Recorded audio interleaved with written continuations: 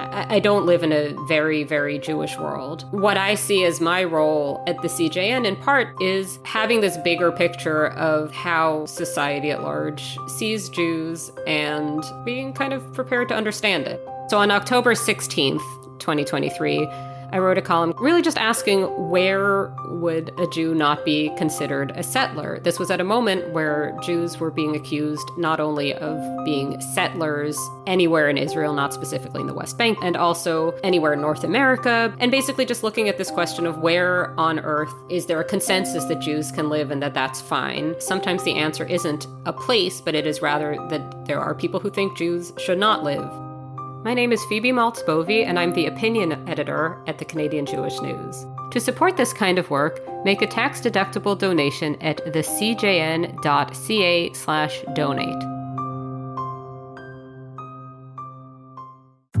So first of all, the simplest definition of forgiveness is to be good to those who are not good to you. And that sounds crazy. But it is not within the realm of justice, it's within the realm of mercy. Hi, everybody. I'm Ralph Benmergui. Welcome to Not That Kind of Rabbi.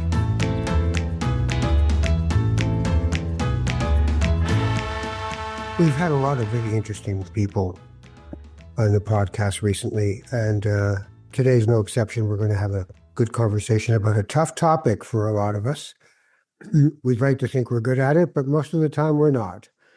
Dr. Robert Enright holds an Aristotelian professorship in forgiveness science within the Department of Educational Psychology at the University of Wisconsin in Madison, and is a licensed psychologist and founder of the International Forgiveness Institute.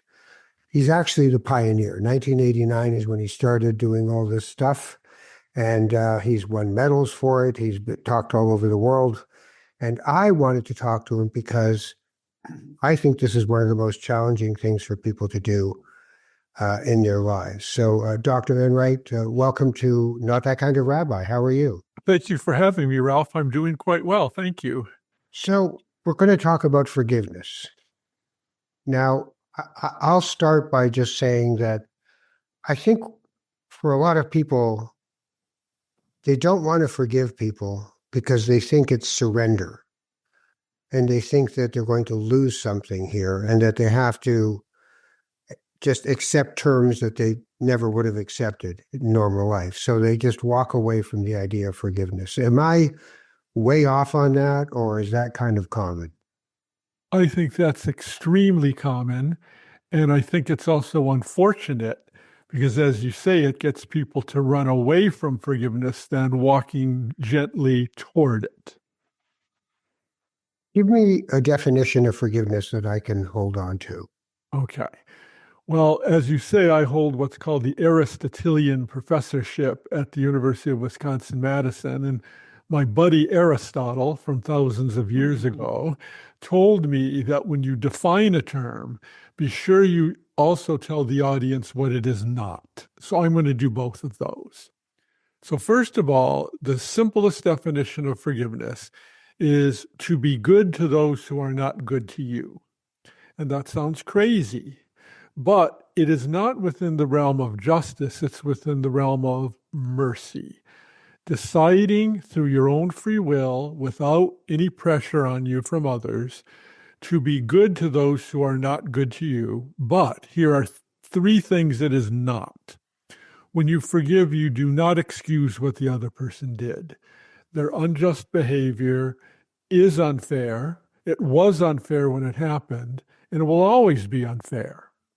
Also, you may or may not reconcile with the person when you open the door of mercy to that person. If that person continues to be a danger to you, you can have good thoughts or good feelings toward the other, but not enter into a relationship again because the person cannot be trusted. And third, this one really gets people to get the running shoes on and run the other way. They confuse forgiveness and justice in either or terms, thinking, well, I either forgive and throw justice under the bus, or I seek justice and I don't forgive. But Aristotle reminded me that you can do both. You can forgive and seek justice at the same time. So what's forgiveness? A free will decision without pressure to be good to those who are not good to you by exercising mercy, without excusing, necessarily reconciling, or abandoning justice. All right. So last week in the Torah portion, in the Judaic tradition, it was the issue of forgiveness for Jacob and Esau. And Jacob is terrified that his brother is going to kill him for the betrayal of the birthright that Isaac gave to Jacob instead of Esau through trickery.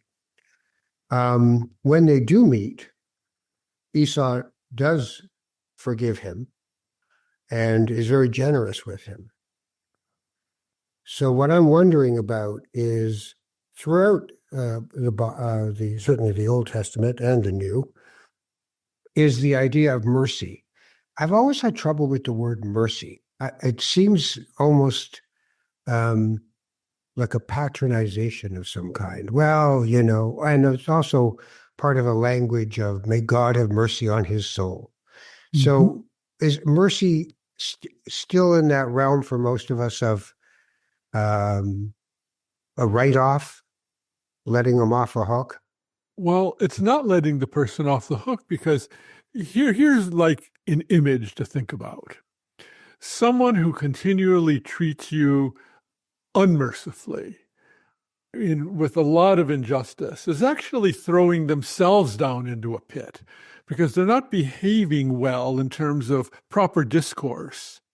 And what you're doing when you forgive is you're extending your own hand heroically to the person who's in a pit and might have thrown you down into a pit. And you're saying, come, take my hand and stand up with me so that we meet person to person. And so that we can get along in terms of our own basic worth as human beings. Sometimes when we extend that hand, a person wants to bite it off. We can then pull that hand away. But if the person takes your hand and you help pull that person up out of the pit, think about it for a minute here, Ralph. We're giving that person a chance at a new life, at a new relationship with us that's qualitatively different, that will then melt away that kind of injustice that has led to a built-up of my resentment, so that we can stand person to person together, as Joseph did with his half-brothers. They wanted to kill him. They threw him down a well to murder him. And then when they pulled him up and dusted him off, they might have said, okay, bro, let's go back to the farm. Instead, they sold him into slavery. But what did he do at the end? He embraced them. Right? He gave them materials. He gave them animals. And if you think about it, his generosity was not weak. It was not condoning anything. He helped save the Hebrew nation by his forgiveness when they were in dire straits because of famine. That's how powerful forgiveness can be. So to do it, you would, I assume, have to see the inherent worth in the other person. You'd have to look past things. You got it. See, when Joseph was forgiving his half-brothers, what did he see? Evil incarnate? No. He saw blood relations, or the idea of half-brother relations together, and they were standing person to person together. But you see, that takes time.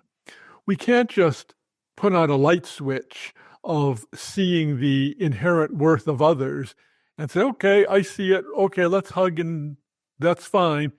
Forgiveness is a walk that you do slowly and over time. For example, what did Joseph do when he first met his half-brothers in Egypt? Did he say, hey, bros, let's go have a meal together? He threw them in prison. Okay? It took a while, you see? And then he held one back. And once they finally came, he played a trick on Benjamin. Okay? He wasn't showing much, but eventually on his third weeping, what did he do? He embraced them. But it took a long time for him to do that. And there was a lot of mischief in between there, like the cup problem in the knapsack of Benjamin. Yeah. So you're asking a lot of the person who's going to forgive, because they have to dig into themselves for kindness, for They have to dig into themselves for respect of someone who's actually done a harm, and generosity. How do we cultivate those things? Okay, I'll give you an example of one of those hard things to understand. As someone kills someone in your family, in whatever circumstance, it's a murder. How do I forgive the murderer? Why? The question most people would ask, why on earth would I forgive the murderer? So why don't we start with why on earth I would, and then how? Okay. Let's start with the friend of mine who broke my heart and passed away. Her name is Eva Moses Kor, Kor. And she is in a documentary film called Forgiving Dr. Mengele. And I put doctor in quotes because he was a monster, not a doctor. And he was the one who did experiments, medical experiments on twins in the Auschwitz concentration camp. Okay. And Eva was in there with her twin sister Miriam. And her twin sister Miriam basically was killed by Dr. Mengele because of experiments to the kidney. Eva decided to actually forgive Dr. Mengele and Dr. Munch, whom she actually met face to face, because she said it was basically tearing me apart. It was not for me. Right? And there's a new book I wasn't even aware of called The Happiest Man in the World. I forget the gentleman's name, but it's a bestseller. And he also was in Auschwitz. And he gives us several points of being happy in the world, one of which is cultivating generosity, but another is forgiveness. And he too said he forgave his perpetrators at Auschwitz so that he could lead a better life apart from resentment. Because you see, Ralph, when we're treated unfairly, that's not the end of the story. What happens once we're treated deeply unfairly is that there are what we call effects that can continue in our walk of life for the rest of our life that basically can be summarized as resentment. And as the resentment, which I call anger on steroids, builds up in the heart, who's the one poisoned by it? Do you think Dr. Mengele was poisoned by it? If someone's sitting in their own home in the United States to where Eva Moses Kor immigrated, do you think he would care one way or another? No, she would be living with those effects for the rest of her life. And in forgiving him, in this film, Forgiving Dr. Mengele, you see him, you see her, you see Eva Moses Kor, when she's in her 80s, running on a treadmill. She's robust. She's happy because she got rid of the poison of resentment. And that's what forgiveness does. That's the beauty of forgiveness. It cuts into the resentment that could kill us. So did she have to look for the inherent worth of Dr. Mengele? Yes, she did. She did, as a human being. Not because of what he did, because that was monstrous. And in fact, when I called him a monster, I may have to back up on that from what you're saying right here. He is a human being who acted monstrously because he also is special, unique, and irreplaceable. You want me to give you an example of that from the Hebrew tradition? You want that? Let's go to the first book of Judaism, which is Genesis. What does it say there? We are all, what now? Made in the image and likeness of whom? Made in the image and likeness of God. And it's repeated. How many times in Hebrew scripture do you see repeats? Mm-hmm. First book, repetition now. We are all made in the image and likeness of God. Does that mean Eva was born in the image and likeness of God and made that way? Yep. How about her sister Miriam? Yep. Gulp, gasp, drum roll, please. How about Doctors Munch and Mengele? Yup. They too were made in the image and likeness of God. They wasted it, but they, as Aristotle would tell us, although they didn't actualize that potential, they had the potential nonetheless. And they wasted it, and that potential makes them unique and special and irreplaceable and people of worth as human beings, if we want to see them that way. So the way to break this down, you have a model that you have. So in the first phase, you would talk about uncovering your anger. Right. Tell me about that and why that's the first thing you do. The first thing you do is uncover the poison in your own heart. because that's oftentimes the motivation to go ahead and forgive. People are shocked when they look within their own heart and they see that what is there is an anger with which they have been dealing for much of their life. If they've been treated unfairly decades ago, they see that they're tired, that they sometimes dream about the other. I once talked with a young man in college whose father used to beat him when he's a child. And he's out of the home now. Every night he went to bed. Every night he had a dream of his father chasing him. He forgave and the dream left. But that kind of rumination can be there. Mm-hmm. And another thing we find in terms of the poison of the heart is people can generalize their negativity in their heart and think no one can be trusted. And here's a big one, Ralph, in terms of poison. When we've been beaten down by life, we tend to believe the lie. And we tend to then say, we ourselves are not of much worth, otherwise we wouldn't have been treated that way. And so people are living with a lie about themselves, living with a lie about humanity in general, which blocks them from getting into close relationships, all because of what others did to them years ago and the others could care less. Forgiveness is a cure of the poison of resentment that can infect the human heart. Yeah, as they say, revenge is the poison we drink. Hoping the other will die. Yeah. Hopes of killing the other person, right? Yeah, well put. Yes. Yeah.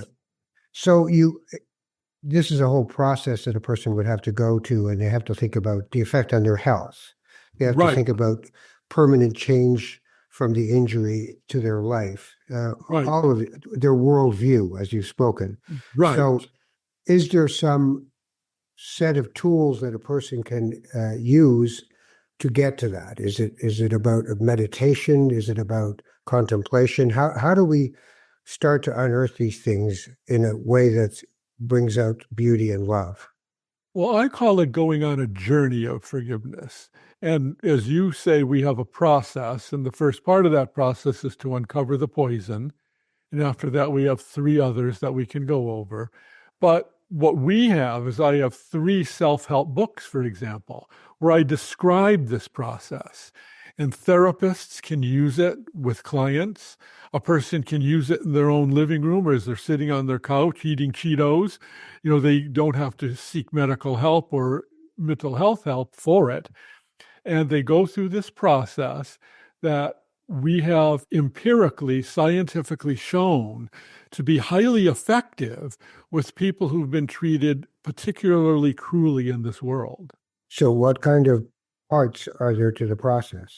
Okay, the first one is to uncover the poison, and we call it the uncovering phase.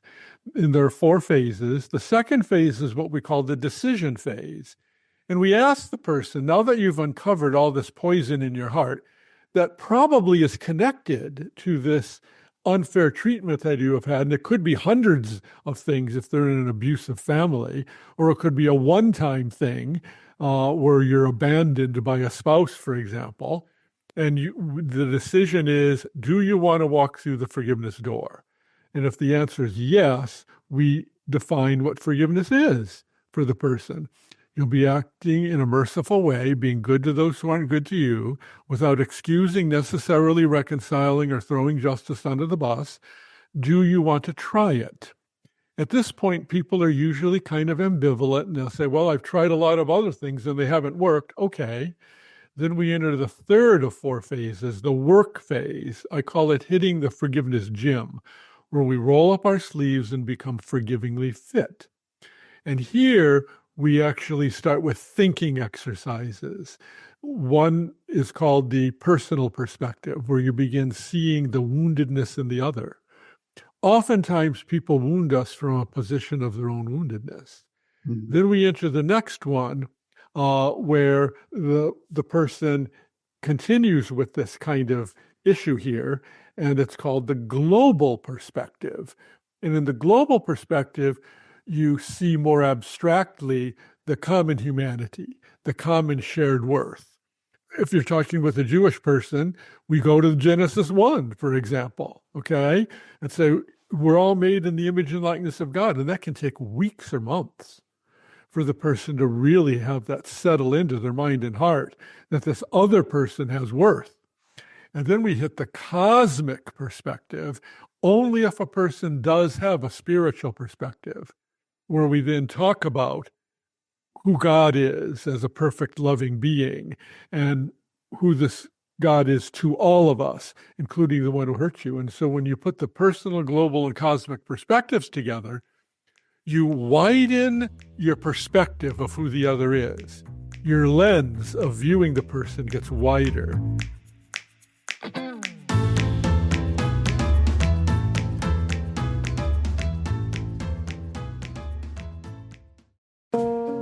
Right after October 7th, the CJN really had a challenge of how we were going to cover what we knew was going to be the most important story, likely of our journalistic careers. And we think about, what are the stories that we uniquely can tell? We have strong and deep ties and relationships in the community.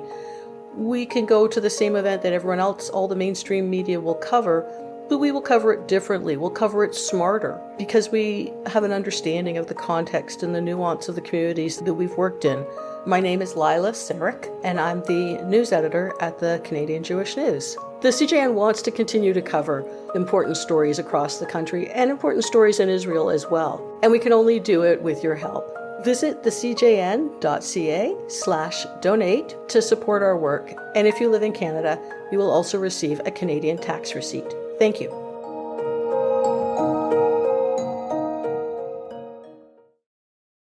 So we've just had a year since October 7th, where people are ignoring the pain and suffering of each other. People are standing on either side of a sidewalk with signs and yelling at each other, canceling each other out.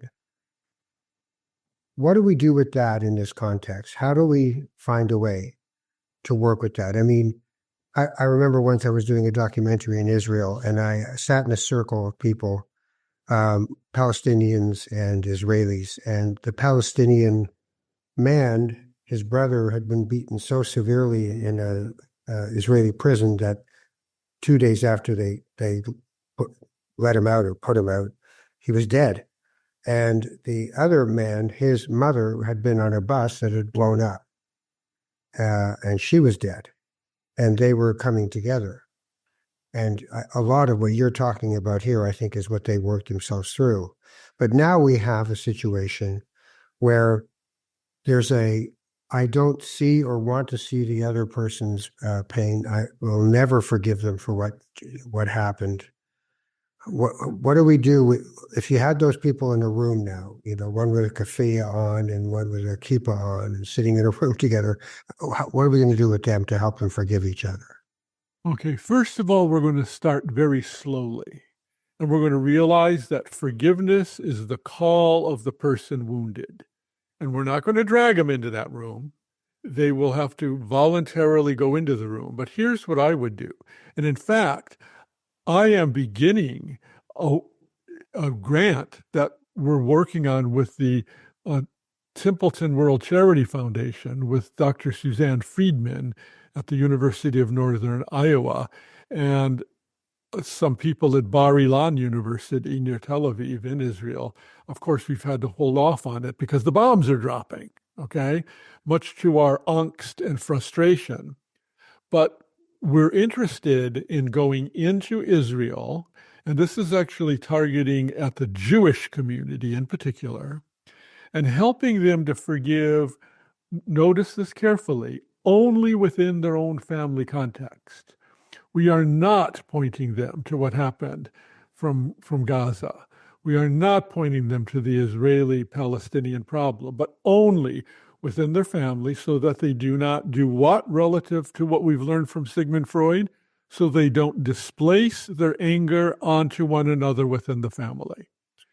And it's not even political. It's not even about what happened on October 7th.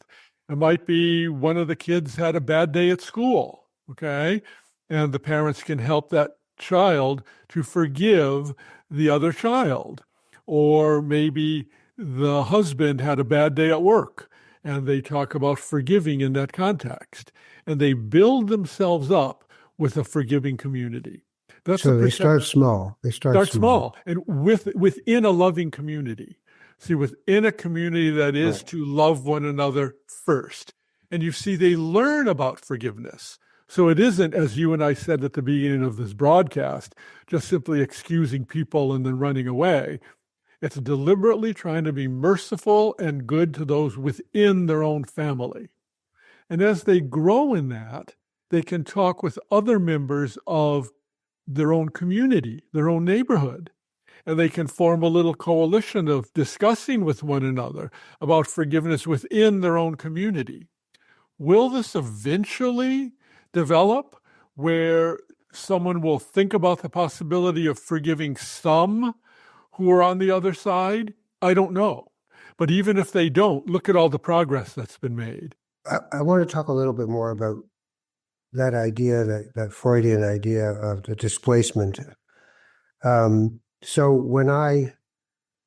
when you see people start to form into a kind of larger entity beyond themselves of a grievance and anger and accusation, which has been happening on campuses across North America and around the world. Yeah. Where people who are not directly aligned even with the people who are involved in all the atrocities going on in Gaza and in Israel and in the region. What do you do with, is that just misplaced? It's triggered and then misplaced into this vessel where they can be adamant and strident and right and certain and I can forgive, and say empty phrases like I can forgive but never forget. I mean, what do we do with all that? Is that just a misplacement? And if it is, how do we deal with it? And if it isn't, what is it? I think it is a misplacement, actually, Ralph. And one thing that really hurts my heart a lot is that forgiveness, which has been with us for thousands of years. Did you know I'm an egghead professor and try to study everything I possibly can on the topic? Do you realize the oldest preserved written account of forgiveness is actually Genesis 37-45, with Joseph forgiving his half-brothers? It started in the Hebrew nation, okay? And it has now spread all over the world to Christianity and to Islam and Hinduism and philosophical humanism. It's pervaded all over the place. But here's what really hurts my heart. It has never made its way into modern societies in general to make it a part of one's way of doing things in the world. It's justice only, and people have shut off the light, which started with Joseph thousands of years ago, and we have all neglected that to the fault of society. We need to put these two together. And do you think if some of these people who are yelling with clenched fists had some time to talk about forgiveness within their own family or within their own school when they were growing up, that's the way they'd approach this? I say no, no, no. What we're seeing here is a splitting of philosophy, a splitting of virtues, where we hold up justice by itself with forgiveness being completely ignored.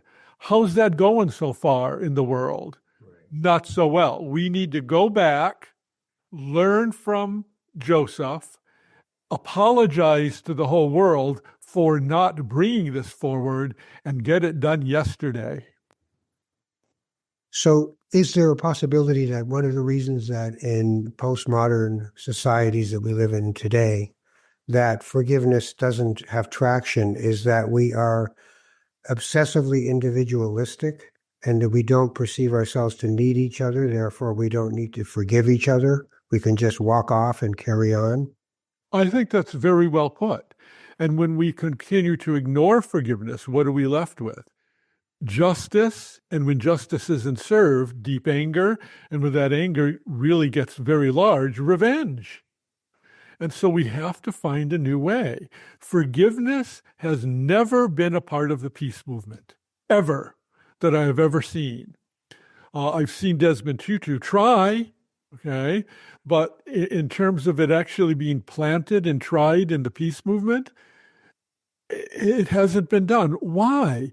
It's because it's not on our radar, and that's much to the detriment of humanity. It's also, I would posit, and I'm not sure of it, but it occurs to me when we're talking that there is a misplaced masculinity that informs our societies, a toxic, at times, masculinity. And within that, the idea of forgiveness is an idea equaled with weakness. That what you really want is to wreak justice upon this person, but to forgive them is to just say, and anyway, carry on without consequence. Yep. And that's also masculinity misunderstood. Masculinity should be protection within the family, protection of one's spouse, protection of one's children, protection in communities.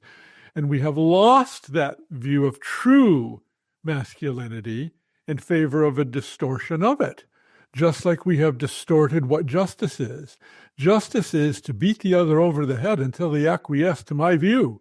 That's not justice. Justice is equality between us. It's reciprocity between us. And we've lost the sense of justice. We've lost the sense of masculinity as we take these stands of narcissism, of selfishness, of do it my way or the highway. And there are many philosophies in the world that support that type of thing. How about the quest for power, which is supposed to be the end point, according to Friedrich Nietzsche? Right? The will to power, he said. Okay, is that what we're supposed to do? Or are we supposed to do something else? Let's go back to the Hebrew scriptures again. Are we supposed to love our neighbor as ourselves? Whatever happened to that? It's repeated 36 times in the Old Testament. Then it's time to put them all out there. And when a person ignores the first one, let's put the second one in. Let's have 36 love cards. Yeah, nice. And they keep throwing them over their shoulder. Maybe the 36th one, they'll finally get it. Well, there you go. There's on the Day of Atonement, on Yom Kippur, you're supposed to forgive yourself. But before you get to that holiday, at the beginning of the celebration of the new year, the head of the year, in Rosh Hashanah, you have to ask forgiveness from people that you may have hurt in earnest, with a real sense of the repairing of the relationship towards the apology for what you've done. I remember it was just before a Jewish New Year years ago, and there was a guy in my neighborhood who, we were friends. We're close, but we were friends, walk our dogs together and things like that. And I'm sitting on my porch steps, and he comes by, and we start talking. And then he says something which had some significance to it, like in his life. And somehow, I didn't remember how, but I kind of drifted off while listening to him, and then got distracted and said, I got to go inside. I forgot something. And I went inside, and when I came back, he was gone. And it bothered me all the way up until the moment where I had to do this. And I went to apologize to him, and he just looked at me and went, I don't have any problem. I don't even remember that.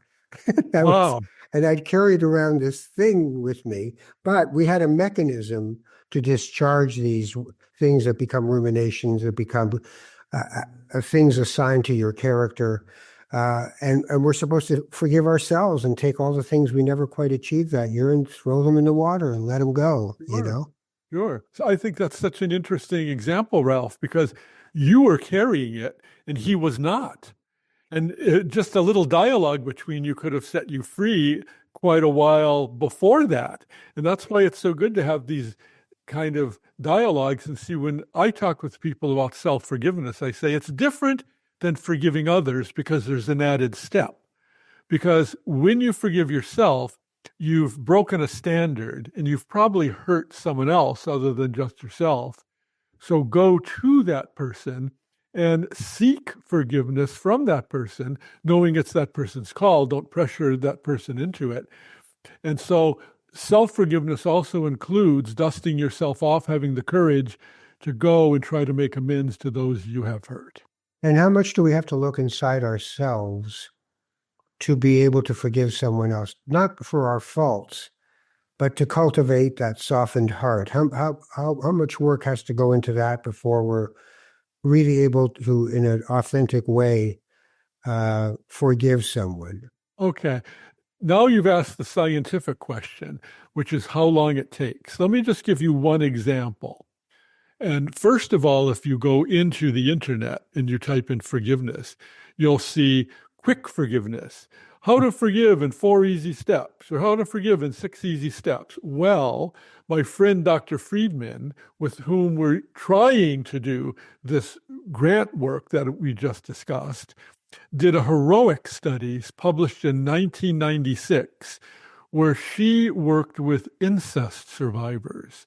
That's one of the worst injustices on the planet because a father or father figure who's supposed to protect violates. And she had 12 incest survivors, 6 randomly assigned to the forgiveness group and 6 able to seek therapy as they wished for how long it takes. And she said, I'm going to work with people on this process model you and I just went through, the uncovering phase, decision, work, and discovery phase. I said, I will work with you on forgiving your father or father figure until you have told me you have forgiven him. And the 6 assigned to the forgiveness group were actually very kind. And they said, I'm going to ruin your research because I'm going to be the one not forgiving, but I'll try it anyway. And she said, come. And she worked one-on-one for an hour a week with each of these 6 courageous women until each one of them said, I have forgiven. The average time it took was 14 months, not 3 days, okay? Once they finished this walk of forgiveness, they went from clinically depressed to non-depressed. And you know who they ended up liking? Themselves. The control group, which had not had forgiveness yet, were still clinically depressed. They then went through this program, and Suzanne Friedman didn't tell them when to forgive. They also took on the average 14 months, and their depression went to normal levels. They started liking themselves better, okay? One woman, who is actually Jewish, took her sons to the cemetery. She was forgiving her deceased father. She had a tasteful Jewish ceremony of respect for the dead, giving her father the gift of a good reputation in the family, not because of what he did, but in spite of it. Tell us the names of the titles of the books you've published on forgiveness. Okay, I have 2 with the American Psychological Association. One is called Forgiveness is a Choice. Notice the word choice because that was published in 2001 when people were still slapping me around for studying forgiveness. And I wanted to make sure they heard it's not forgiveness is a demand, forgiveness is a choice. Then another one, which was published in 2012, also by APA, The Forgiving Life. Then I also did one for Norton Publishers in New York. They have a series called the 8 Keys series. And they said, will you do one on 8 keys to forgiveness? And I called them up and said, I'm interested, but there's more than 8 keys to forgiveness. Can I have one like 15 keys? They said, buddy, it's the 8 keys to forgiveness. It's 8 or nothing. So I gave them a title called 8 Keys to Forgiveness and gave them 8 keys. Yeah, but underneath you went 8A, 8B, and 8C. Yeah. See, I should have talked to you first, Ralph. Yeah, you got to cheat a little. It's like, sure, I got You're 8. right. I got no problem.